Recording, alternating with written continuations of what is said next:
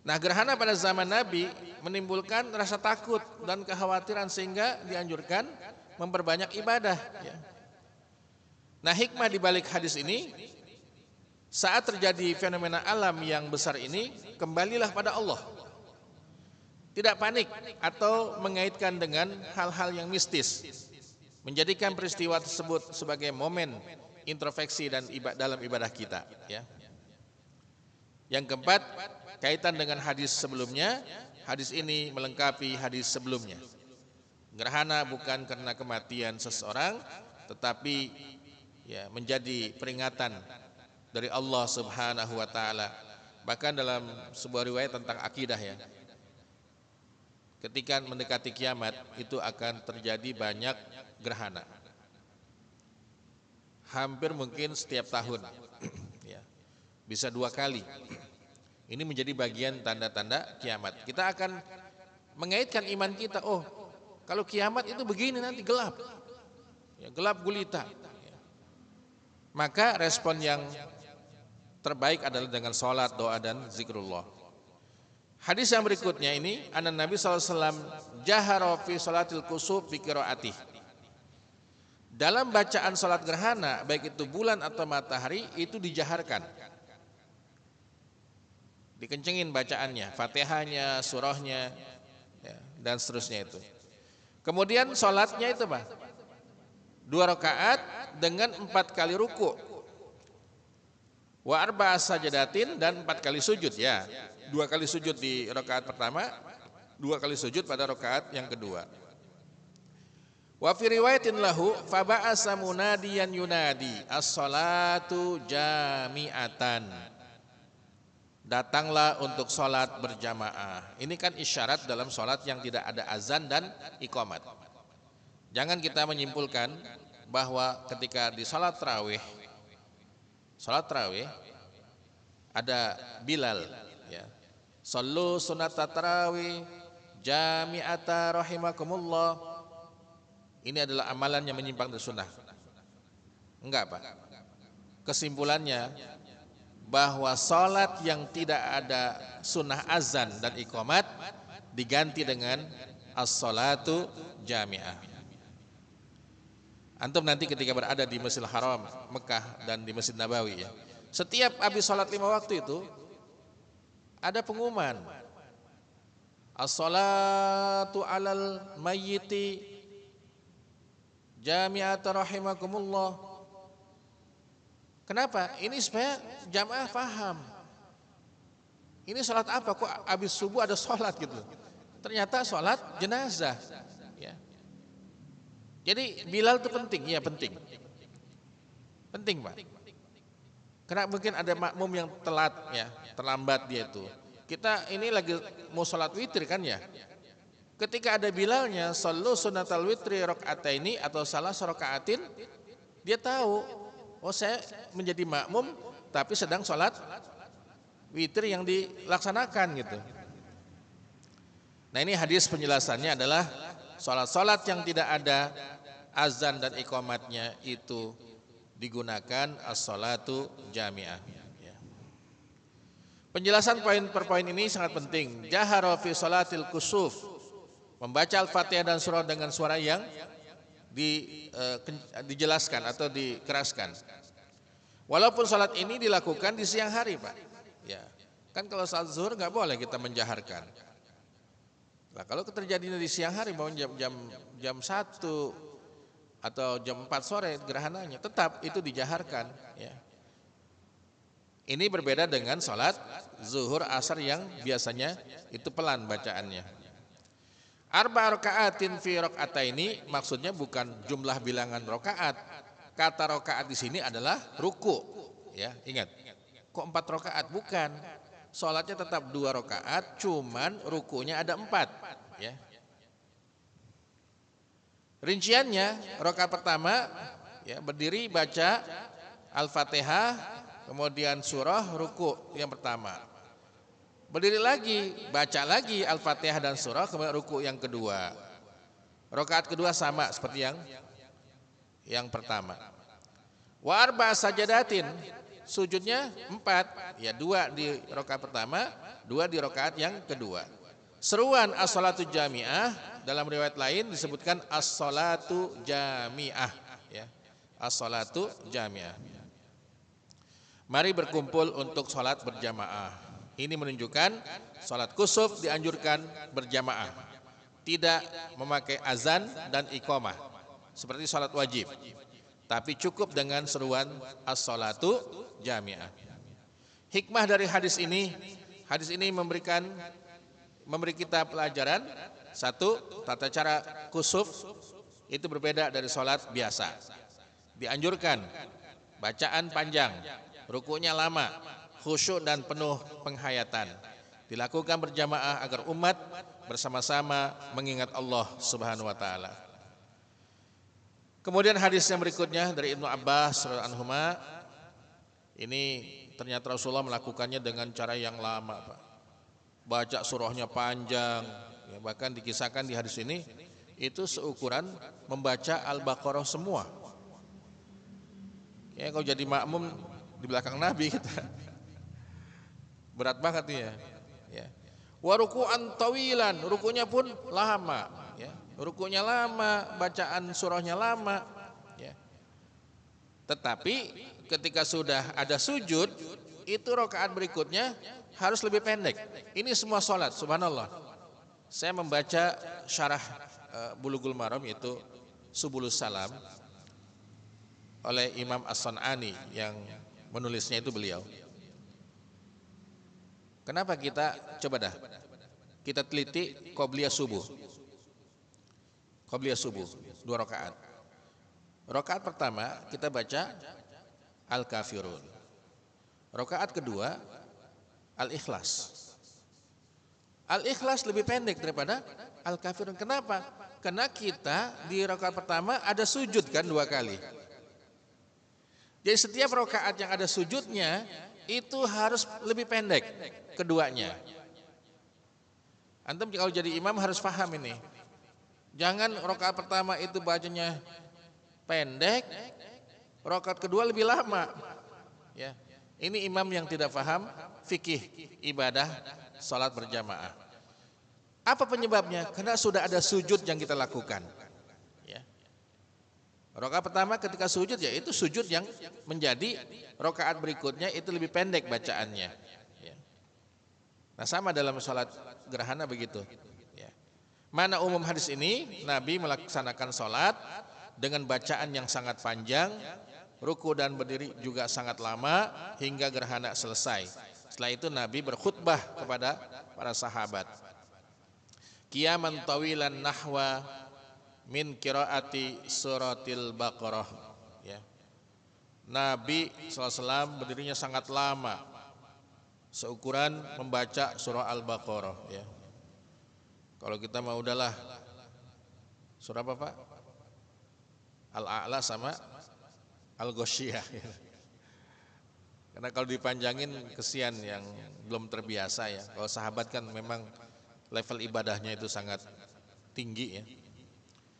Ini menunjukkan bacaan dalam salat kusuf sangat panjang, lebih panjang dari salat biasa. Ya. Ruku dan berdiri yang panjang juga sama di sini dijelaskan. Ya. Polanya, rukunya lama, sujudnya lama. Ya. Kemudian struktur salat hadis ini menegaskan kembali salat kusuf adalah 2 rakaat. Dalam setiap rakaat ada 2 kali qiyam, ya, berdiri, 2 kali ruku dan 2 kali sujud. Summa insarafa wa qad tajallat asy-syamsu.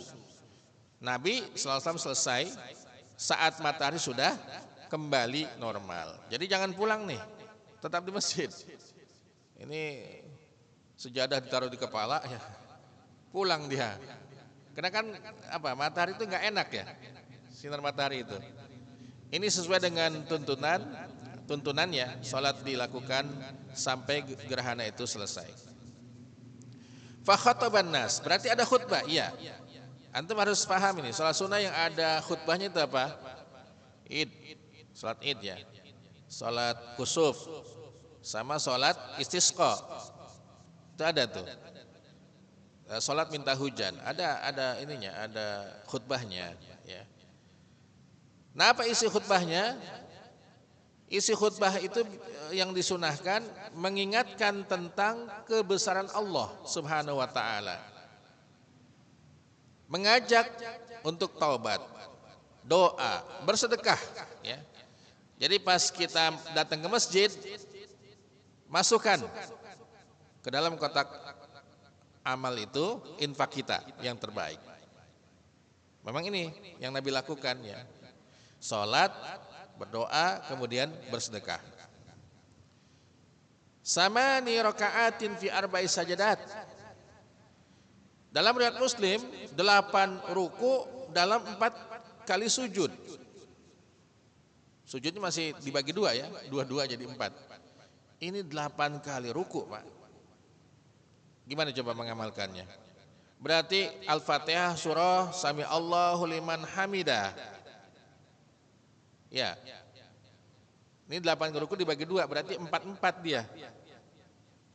4 kali ruku di rakaat pertama, 4 kali ruku di rakaat yang kedua. Boleh nggak antum ngambil hadis ini? Boleh. Sanggup nggak mengamalkannya? Wallah alam. Nah, kok ada yang bilang itu 2 kali ruku, ada yang bilang itu 4 dalam hadis yang lain ya.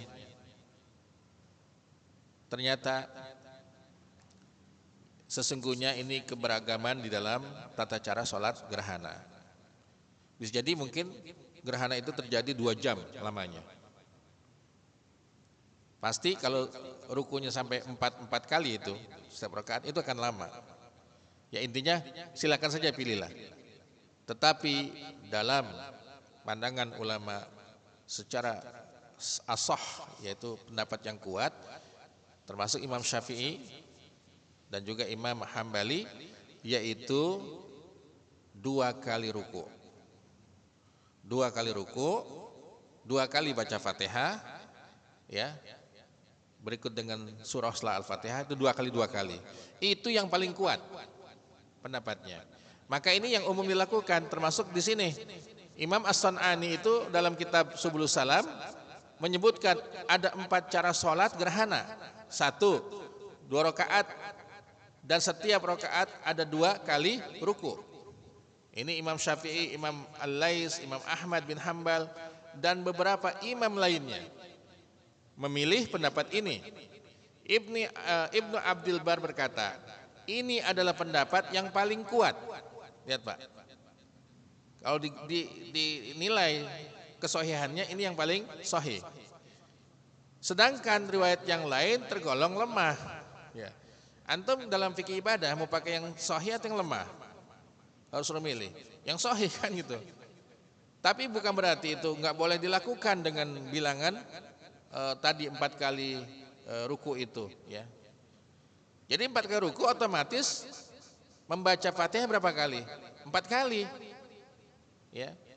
Yang kedua, 2 rakaat dengan 4 kali ruku pada setiap rakaatnya. 2 rakaat dengan 4 kali ruku pada setiap rakaat. Jadi 4 jadi 8. 3, 2 rakaat dengan 3 kali ruku pada setiap rakaatnya. Yang keempat, 2 rakaat dengan 5 kali ruku pada setiap rakaatnya. Tapi dalam jumhur ulama, pendapat yang pertama adalah yang paling kuat. Kalau jumlah rakaat tetap 2 Pak ya, sama semua. Catatan penting, secara umum setiap rakaat salat yang sudah didahului dengan sujud, maka bacaan rakaat setelahnya disunahkan lebih pendek dan lebih singkat. Ya.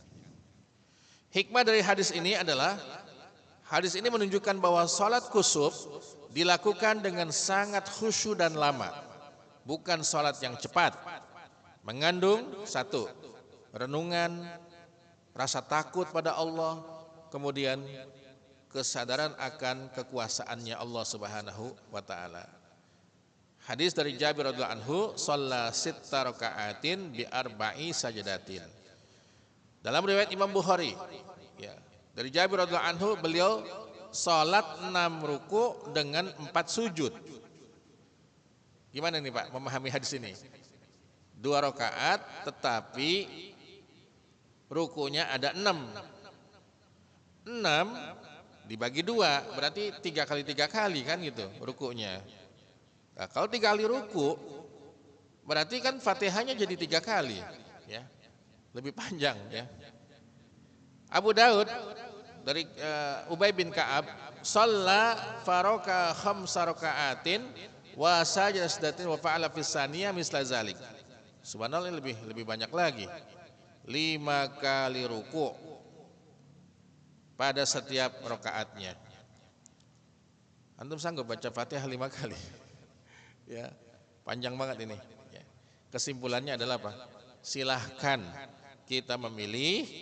Kalau itu salatnya mungkin perorangannya, saya milih yang 3 kali ruku. Ya, silakan. Tapi dalam berjamaah maka yang paling ringan adalah tadi 2 rakaat dan 4 kali ruku dibagi 2 kan? Itu yang lebih mengena kepada jamaah di masjid kita masing-masing. Jamaah rahmati Allah Subhanahu wa taala, lalu ada doa yang dibaca oleh Rasulullah ya. Ini ajaran Nabi dalam hadis ini, ma habbat rihun qat illa dasan Nabi SAW ala rukbatai wa qala Allahumma ij'alha rahmatan wa la taj'alha azaban. Rawahu asy-Syafi'i wa Tabrani wa anhu annahu shalla fi zalzalati 6 raka'atin wa 4 sajadatin wa qala hakaza salatul ayat. Rawahul Baihaqi wa dzakara Syafi'i an Aliin radhiyallahu anhu mislahu duna akhirih. Jadi apabila ada tiupan angin ya, angin apa, puting beliung, angin kencang atau angin yang pelan ya tiupannya. Kalau ada angin kencang, Rasul selalu duduk ya. Duduknya kayak duduk orang yang ini, Pak, berlutut gitu loh ya, bertekuk lutut. Untuk apa? Baca doa, Allahumma ij'alha rahmatan. Ya Allah, jadikanlah dia itu sebagai rahmat. Wala taj'alha azaban, dan jangan kau jadikan sebagai azab, siksaan, musibah. Ya. Ini kita saat ini sedang mengalami ya panas yang tidak biasa, Pak. Kalau kajiannya itu apa secara ilmiah? El Nino ya, badai El Nino. Ada juga yang menyampaikan ini akibat penaburan bahan-bahan kimia, garam di udara kita ini, mobil khusus di wilayah DKI ya. Ternyata ini ada efek bahayanya gitu loh. Ya, secara kesehatan, secara apa istilahnya? Ya memang semuanya ini kembalikan pada Allah. Jadi kita mestinya muamalah dengan alam semesta sesuai dengan tabiatnya. Kalau tabiatnya dirusak, pasti dia akan ya bertentangan dengan kehidupan kita. Ya, makanya doa ini sangat penting, Pak. Kemarin belum lama ada kejadian di Kota Bekasi ya, yang angin kencang itu. Ya ini doanya, Allahumma ja'alha rahmatan wala taj'alha azaban. Ya. Doa yang disunahkan itu. Bahkan kalau terjadi gempa itu boleh sholat. Sholatnya apa namanya? Sholatul ayat. Ini kita belum tahu nih Pak, ada sholat namanya sholat ayat gitu ya. Sholatul ayat. Ini hadis dari Ibnu Abbas ya. Kita lihat 2 bagian penting dalam hadis ini. Satu, sikap Nabi SAW ketika terjadi angin kencang. Dan riwayat tentang sholat saat gempa sebagai bagian dari sholat ayat atau fenomena alam. Doa Nabi apa tadi itu?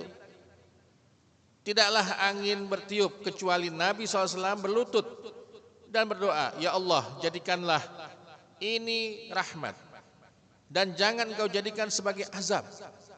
Ya. Maknanya apa? Nabi SAW merasa takut dan tunduk saat melihat fenomena alam seperti angin kencang. Beliau langsung merendahkan dirinya dengan cara berlutut, berdoa pada Allah. Jadi langsung apa kayak kita tahiyat ya, di tanah begitu langsung doa, angkat tangan itu. Doanya Allah maj'alha rahmatan wala taj'alha azaban. Sama kalau turun hujan deras Pak ya. Doanya Pak, Allahumma sayyiban nafi'an ya. Nah, apa yang bisa kita ambil? Angin, badai, dan fenomena alam ini bisa menjadi rahmat, bisa menjadi azab. Maka sikap seorang muslim tidak meremehkan. Ya. Antum kalau lagi naik kendaraan Pak, ada angin kencang itu, berhenti. Minggir aja. Ya. Antum kayak orang lagi duduk di antara dua sujud itu, doa aja ya. Karena ini bahaya buat kita. Ya. Nah, kalau ada flyover itu kan ada pembatas ini ya, kawat ya. Kawat itu. Contoh yang agak tinggi itu di Kota Bekasi. Lintasan di Semarekonte ya. Karena antum kalau lewat situ pasti ada terpaan angin. Angin itu bisa jadi azab loh Pak. Ya. Jadi azab buat kita. Maka tidak meremehkan apapun yang terjadi. Tidak panik berlebihan. Tanpa kembali tapi kembali kepada Allah Subhanahu wa taala dengan doa-doanya. Kemudian ada sholat saat gempa. Ya, ini kita kalau gempa bukan malah sholat ya. Ketakutan ya, cari tempat aman gitu. Maknanya apa? Ketika terjadi gempa, ya, gempa bumi, Ibnu Abbas melakukan sholat. Sholat tersebut adalah 6 kali ruku, 4 kali sujud. Jadi rukunya dibagi 2, 3 ya. Beliau menyebutnya ini sholat ayat.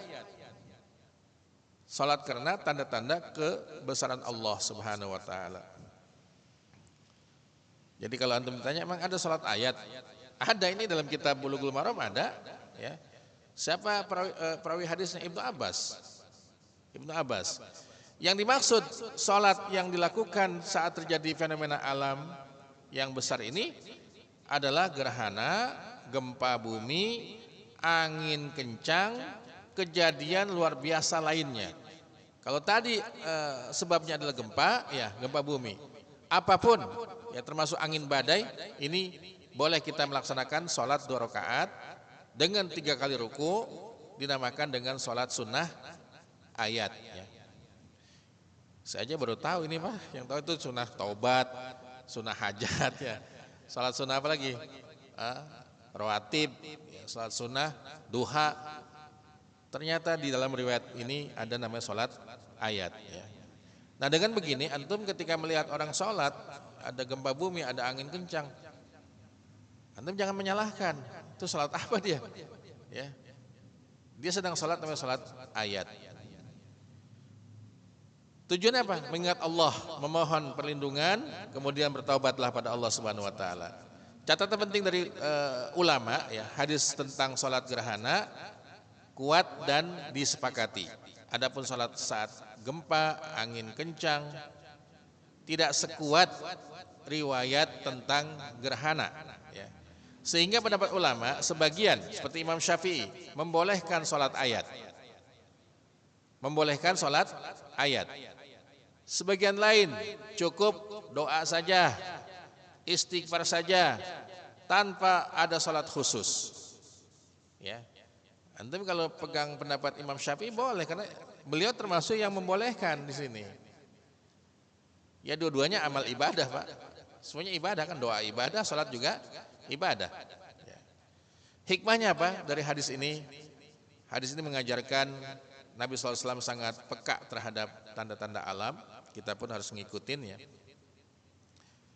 Kemudian setiap fenomena alam adalah kesempatan untuk bertobat, berdoa. Ya mungkin Allah lagi murka ini Pak ya. Banyak orang berbuat dosa kan, merendahkan diri pada Allah, tidak bersikap sombong atau menganggap remeh. Ini mah biasalah. Angin puting beliung di mana-mana juga bisa terjadi gitu. Jangan ya. Kalau itu ada di hadapan kita, amalkan apa yang tadi menjadi perintah Nabi. Ya. Kesimpulannya adalah dari hadis ini, saat angin kencang dianjurkan berdoa agar menjadi rahmat. Saat fenomena besar seperti gempa, boleh melakukan sholat ayat. Intinya, semua kejadian alam adalah tanda kekuasaan Allah. Respon terbaik adalah kembali kepada Allah, mengikuti sunnah Nabi kita sallallahu alaihi wasallam. Jadi dalam secara bahasa ini Pak, kalau kalau rihan itu kan tunggal ya, tunggal.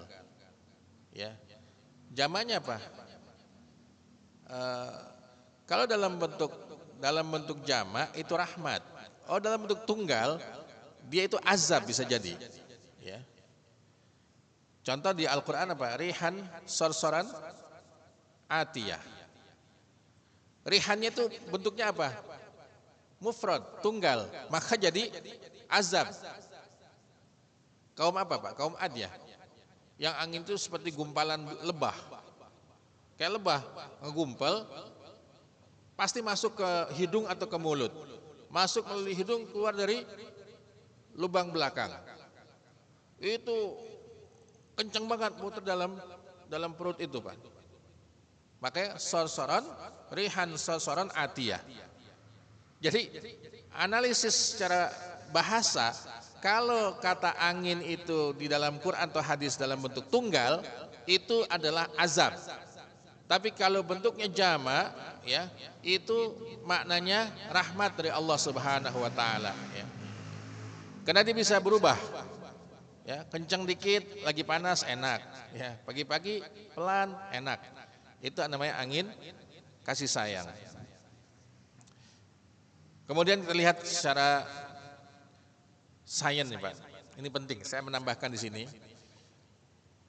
Catatan dalam bab ini, kita sebagai orang yang mengikuti kajian di sore ini, jangan sampai terlepas ya Pak, penjelasan kepada orang lain kejadian fenomena alam itu dengan pembahasan yang sifatnya itu mistis atau mitos yang enggak ada dalilnya. Berbahaya karena ini akan diterima oleh orang awam. Ya. Mereka sibuk malah bukan dengan sholat gerhana, ngebangunin pohon kelapa satu-satu, ya kan? Nanti kalau dia punya kelapa sawit gimana Pak? Dibangunin pohon kelapa sawit satu kebun itu. Ya. Nah itu tidak ada ajaran Nabi ya, sallallahu alaihi wasallam dalam bab ini.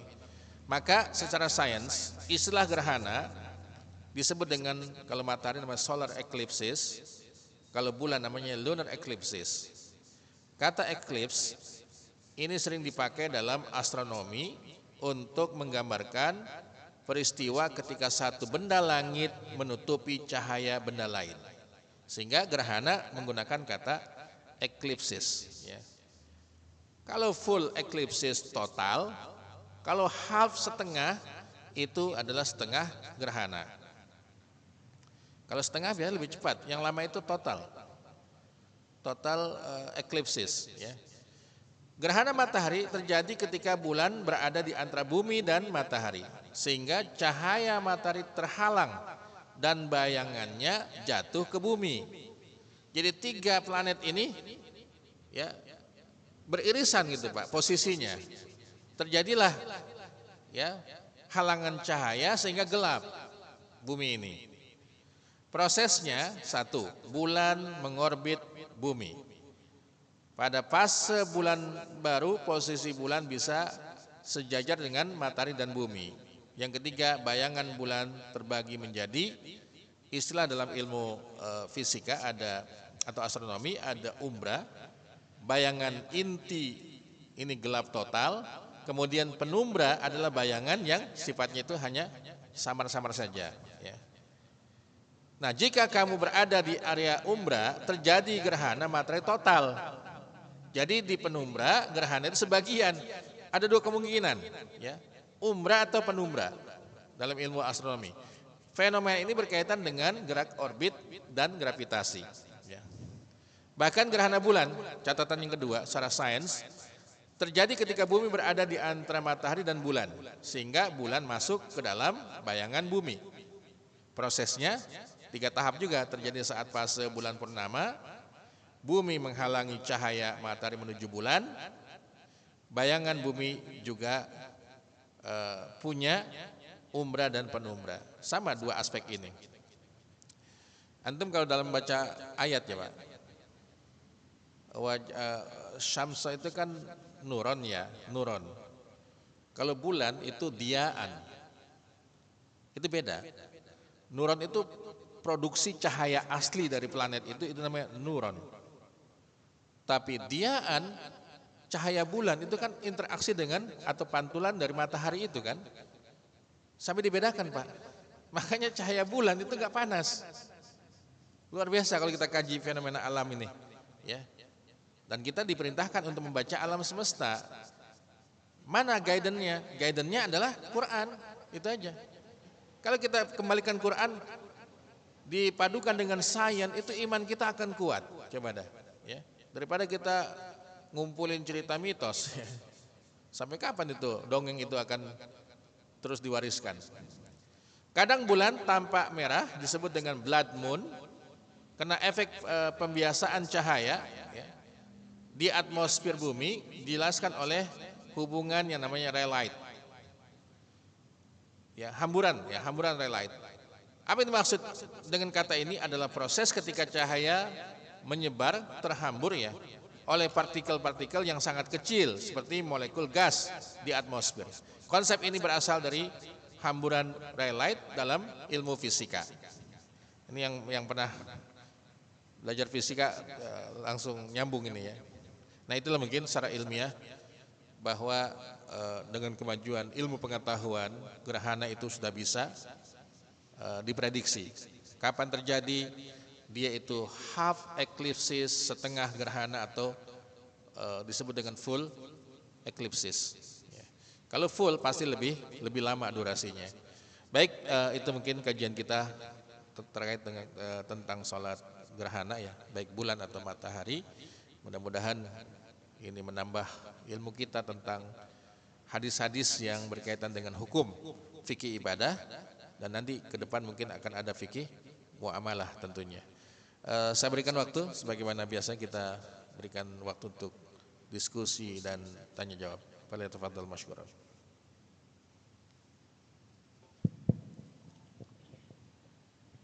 Baik, itu materi yang telah disampaikan oleh guru kita. Selanjutnya mungkin ada pertanyaan jamaah sekalian, dipersilahkan.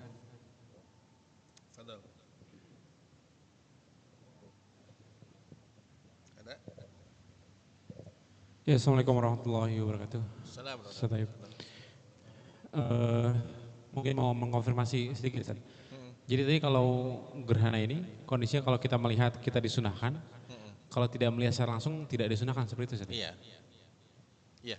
Jadi memang ru'yah kita di wilayah kita ngelihat langsung. Ada nggak ada pengumuman umpamanya terjadi gerhana di wilayah negara ASEAN, tapi itu epicnya pusatnya ada di Malaysia, kita nggak ngelihat. Maka sebatas informasi itu kita tidak dianjurkan untuk melakukan sholat gerhana. Jadi ru'yah itu kan fisik dengan kasat mata tanpa alat. Ya. Kalau mau pernah nggak terjadi gerhana itu di sebagian Indonesia tapi di kita nggak ada? Ada. Pernah nggak ngalamin? Atau mungkin pusatnya di Sulawesi tapi kita juga kebagian, durasinya nggak lama gitu. Kalau masih kelihatan Pak, pas ngedangak itu kelihatan, ya ada kelainan dalam orbit matahari itu, ya maka itu kita sholat. Kita disunahkan sholat gerhana. Kalimatnya ru'yah. Ru'yah. Makanya dalam hadis lain tentang puasa, sumu li ru'yatihi wa aftiru li ru'yatihi. Muhammadiyah apakah tidak menggunakan ru'yah? Tetap menggunakan, cuman dia lebih mendalami hisab. Kalau dia cuma langsung hisab, nggak bisa juga Pak. Gimana menghisabnya? Ukurannya kan bulan, sama. Kenapa selalu terjadi perbedaan antara pemerintah dengan Muhammadiyah? Karena dalam kesepakatan pemerintah dan MOU negara ASEAN, Brunei, Malaysia dan Indonesia, tidak semuanya ya, 3 negara itu, bahwa hilal itu harus di atas 2 derajat kan gitu ya. Muhammadiyah enggak, yang penting ru'yah aja kelihatan. Sudah itu hitungan awal Ramadan. Disitulah titik perbedaannya. Acuannya tetap harus melihat secara fisik, melihat bulan secara fisik. Ya. Nah itu mungkin secara meyakinkan bahwa kita tidak dianjurkan untuk sholat gerhana hanya sebatas informasi di sebagian wilayah Indonesia saja. Kita ngelihat ke atas lah, kok di Jawa Barat mataharinya sama, nggak ada kejadian yang aneh gitu. Ya berarti tidak kebagian kita Pak. Nah khusus bagi orang yang tinggal di wilayah Sulawesi sana itu, dia melihat secara fisik ya lakukanlah sholat sunnah itu. Itu mungkin yang menjadi pendapat yang lebih kuat. Ya. Boleh nggak kalau kita ikut nimbrung sholat gerhana? Pak hari ini ilmu sudah begitu cepat ya, kita mengaksesnya. Dari mana? Medsos. Apakah kita sholat itu salah kalau memang ada kejadiannya? Ya, memang yakin bahwa informasi ini benar adanya, ngikut sholat boleh nggak ya? Silakan saja. Ya, kecuali nggak terjadi apa-apa, gerhana kita ikut melaksanakan sholat, nah itu nggak boleh. Ya, karena ada sholat sunnah yang dengan sebab. Sholat sunnah itu dilakukan hanya dengan sebab. Contohnya apa? Gerhana. Salat tahiyatul masjid. Tahiyatul masjid karena kita masuk masjid. Ya kan? Jadi larangan salat sunnah ba'dal asr, ba'dal salat subuh itu salat sunnah yang tidak ada sebab. Kalau terjadi gerhananya ba'dal asr Pak, ini salat sunnah kan? Wah kita kan nggak boleh salat sunnah. Itu sunnah yang tidak ada sebabnya kayak ba'diyah gitu kan, salat sunnah hajat gitu loh, kan bisa di waktu lain. Tapi kalau salat yang ada sebab fenomena alam itu tidak mengapa untuk dilakukan, sekalipun pada waktu yang diharamkan secara hukum fikih. Wallahu a'lam bishawab. Ada Pak yang lain? Tambahan? Bila ada. Ya, Assalamualaikum warahmatullahi wabarakatuh. Assalamualaikum warahmatullahi Terkait gempa ya Ustaz, kan ada beberapa di media sosial tuh pas saat gempa ada yang masih sholat terus ada yang kabur. Itu sebenarnya baiknya apa menurut Islam ya? Yang mana tuh Pak? Ketika gempa, Gempa. karena ada yang masih sholat walaupun gempanya besar tuh kan. Terus ada juga yang membatalkan sholat, ada yang melanjutkan sholat, ada yang membatalkan sholat. Oh iya. Jadi sholat wajib ya gitu ya. Iya, Lagi sholat sholat wajib atau sholat sunnah, qobliyah atau ba'diyah lagi sholat lah intinya ya. Apakah itu boleh membatalkan sholatnya atau dia tetap melanjutkan sholatnya? Ketika ada pilihan Pak, masing-masing tidak ada salahnya. Tidak ada salahnya. Ketika dia ditakdir Allah tetap sholat dan meninggal dunia, berarti kan dalam kebaikan gitu loh. Ketika dia membatalkan juga tidak ada masalah. Kenapa? Dia menyelamatkan ya dirinya. Nah itu sesuatu yang memang dalam ibadah sholat diperbolehkan, ya kan? Contohnya pernah nggak membahas fikih lagi sholat ada binatang ya di hadapan kita yang itu berbahaya buat kita, ular atau kalajengking ya, atau apa lagi Pak? Kaki 1000 ya. Yang bahaya itu. Nah kita boleh kan mengantisipasi itu dulu, sholat tidak dibatalkan. Ya. Tapi kalau posisi binatangnya itu jauh dari kita dan kita takut, ya ada ular sana Pak, ular kobra namanya. Kita sholat di sini. Kan kembali kepada hati masing-masing. Ada yang pemberani, ada yang penakut. Ya udah, yang penakut berarti dibatalkan, dibatalin sholatnya. Yang pemberani dia biasa aja, ya. Sholat. Jadi ketika pilihan itu jangan kita menyalahkan salah satunya. Sama dengan kasus gini Pak, kita dibegal, ya, dibegal. Dia berempat, kita sendirian. Pilihannya melawan atau kita serahkan apa yang kita punya. Kalau melawan sampai dia terbunuh, ada enggak jaminan dari Nabi? Man qutila duna malihi fawa syahidun.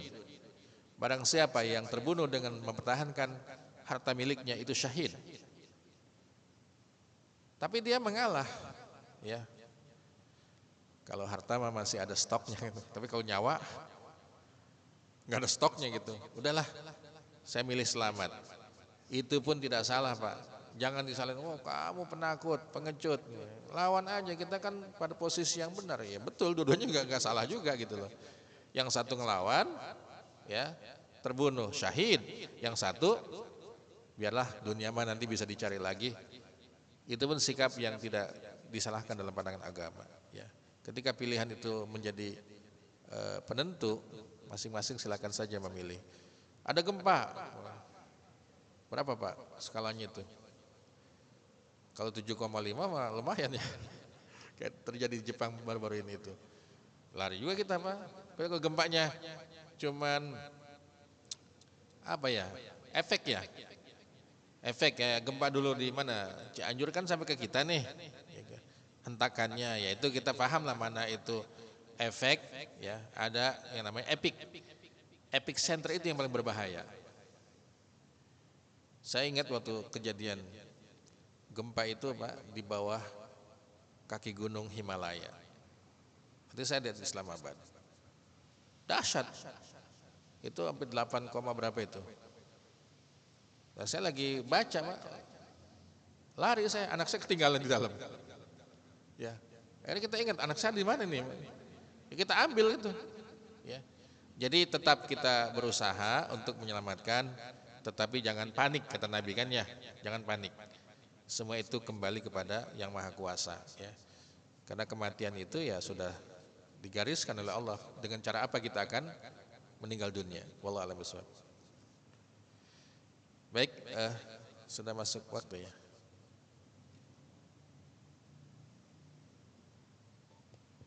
Alhamdulillah, sekali lagi kami ucapkan syukur insyaallah kepada Ustaz Abdul yang sudah menyampaikan materi pada sore hari ini. Mudah-mudahan bisa membawa wawasan kita bersama dan menambah keimanan kita kepada Allah Subhanahu wa taala. Mudah-mudahan kita akhiri kajian kita sore sama-sama baca bacaan hamdalah. Alhamdulillahirabbil alamin. Kita tutup dengan doa tafakur majelis. Subhanakallahumma wa bihamdika asyhadu an la ilaha illa anta astaghfiruka wa atubu ilaik. Kurang lebihnya mohon maaf. Bila taufik wal hidayah. Wassalamualaikum warahmatullahi wabarakatuh.